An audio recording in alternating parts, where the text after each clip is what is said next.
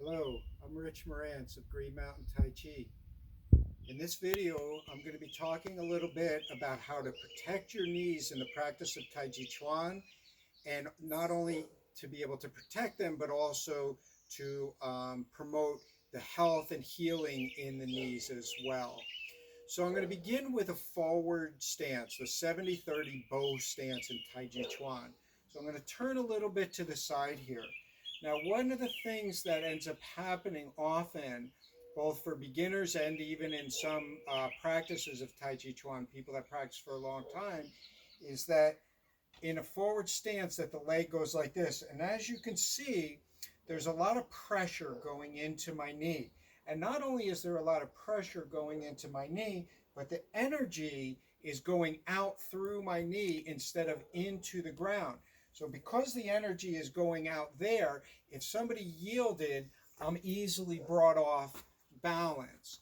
Okay? But the main thing is when I'm here like this, there's a lot of pressure in my knee, and this back heel starts to float.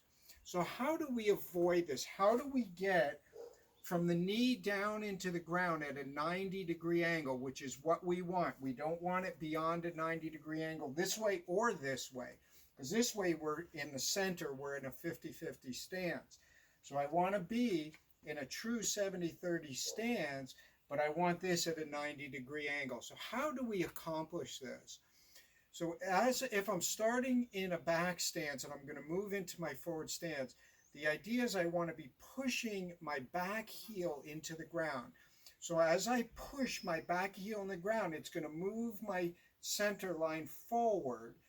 And when that back heel is completed, I'm going to stop moving forward. And if you notice where I stopped, I'm at a 90-degree angle.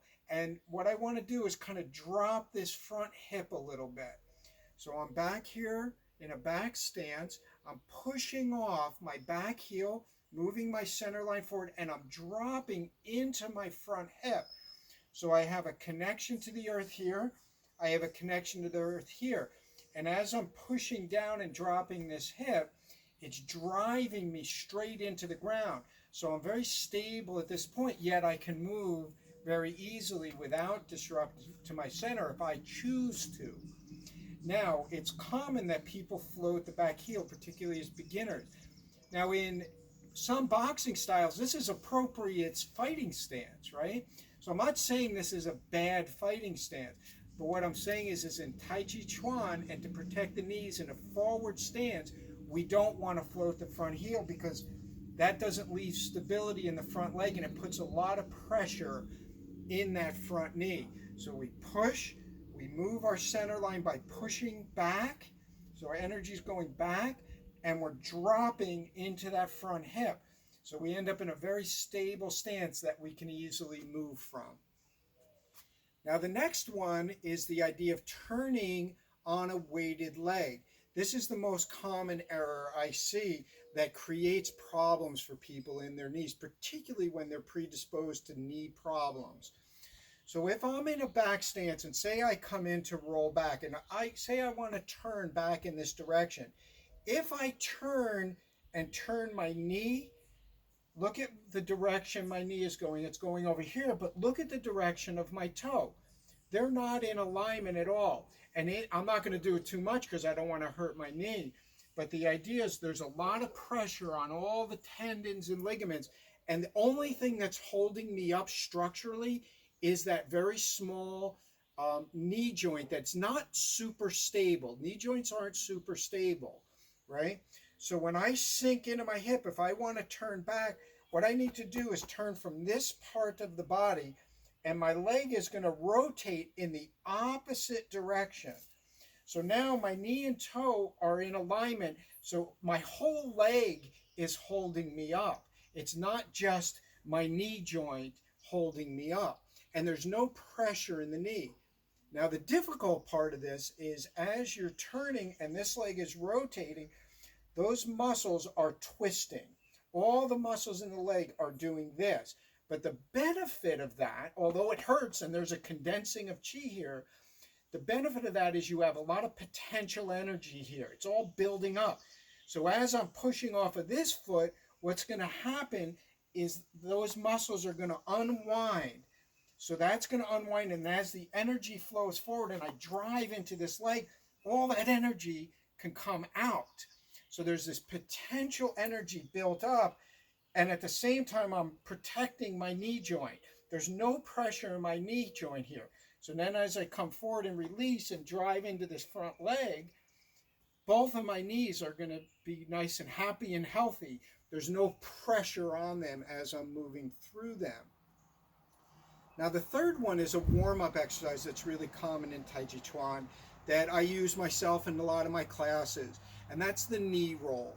So when you come here, what's very common, I'll do it a little bit to the side, is to drop the knees forward and come around like this.